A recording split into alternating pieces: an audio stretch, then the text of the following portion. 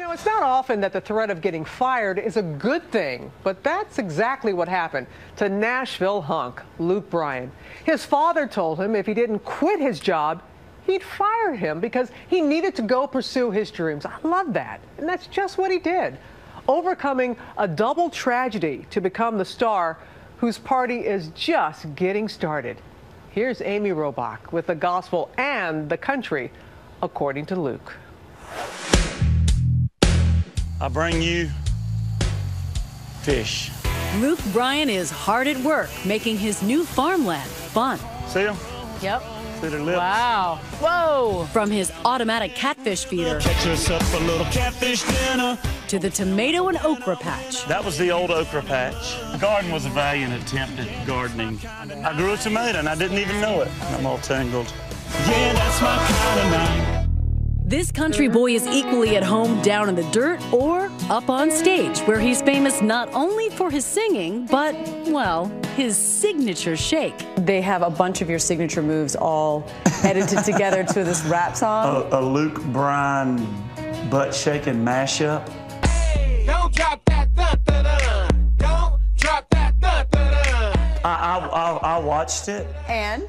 I mean, I was like, am I really doing that? Did you know that there's a Twitter handle devoted to your rear end? It's flattering. It's fun for me. If fans are having fun, I mean, I've been shaping the butt for many years to earn that. Luke Bryan is the hip-shaking hitmaker. His Crash My Party album is certified platinum, and the song Yeah, that's my kind of night. has ruled the top of the charts for weeks. Luke's career is a slow simmer that's heating up. You're watching a superstar about to go supernova. Love you, country radio, all my fans. Love you. You're nominated for CMA's Male Vocalist of the Year, Musical Event of the Year, and for Entertainer of the Year. Did you ever imagine any of that? In our family, I mean, when the CMA Awards were on, it was an event. I mean, it was like you got to eat in the living room. You know, it was like that special.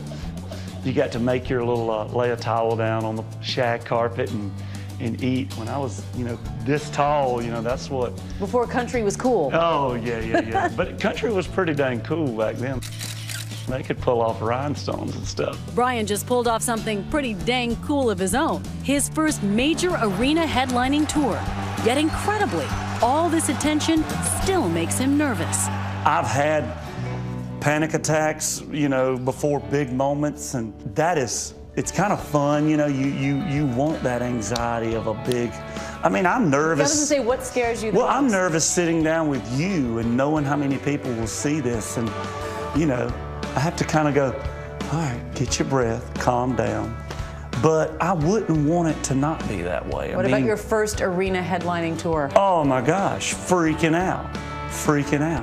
Sold-out stadiums were the unimagined future for Thomas Luther Bryan, the youngest son of a peanut farmer from red dirt rural Leesburg, Georgia.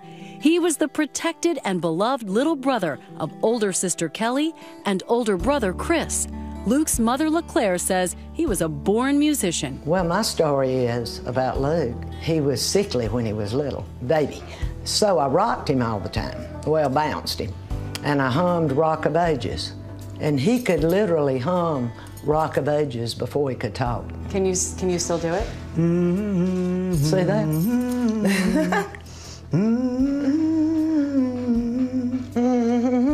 That's it. Luke would take that natural talent to the stage in High School Musicals and started his own band.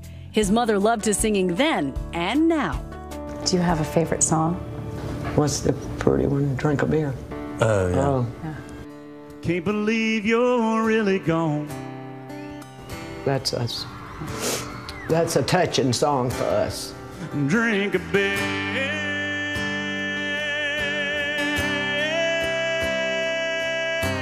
It's a song of loss, something the Bryans know far too well. Just days before a 19-year-old Luke planned to leave home and move to Nashville to follow his dreams, came a true test of faith and family. My older brother Chris was unexpectedly killed in a car accident. What a crazy I mean, it's like I'm kind of hyperventilating talking about it, but it was just not a cool deal, you know. You never truly move beyond it. Luke decided to put his Nashville dreams on hold. Family came first. So Luke stayed home and went to college. He spent the next few years playing in bars at night and working on his father's farm during the day.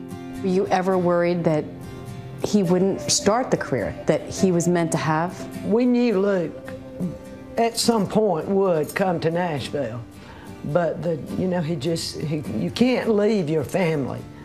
And I couldn't bear the thought of him being away.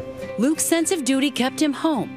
His father, Tommy, knew the only way to get Luke to follow his destiny was to fire him. One day I told him, I said, you know, if you're going to pursue your music career, you need to pack your truck up and move to Nashville.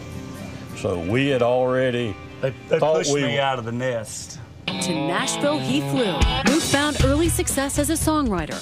Not too long after, he signed as a performer and had his first hit song, All My Friends Say. All my friends say. Luke was invited to perform it at the famous Grand Ole Opry. His big sister Kelly organized 129 people, practically their entire hometown, to come up to see Luke's Opry debut. This photo of Kelly and Luke backstage at the Opry would be the last one they ever took together. Kelly unexpectedly died at home a few days later. Luke says the cause remains undetermined. Two unthinkable, my only siblings, you know, gone from the world in a flash, in two different, crazy, tragic manners. You've been very private about this side of your life. Why is it important for you to talk about it now? My main thing is it's important for people to know they're not alone. I love the fact that people can see that God still is gracious and humbling and powerful and can make things right too. And if me telling my story moves people down a positive path of hope and getting up out of the bed and getting back going, then you know, it's certainly worth telling.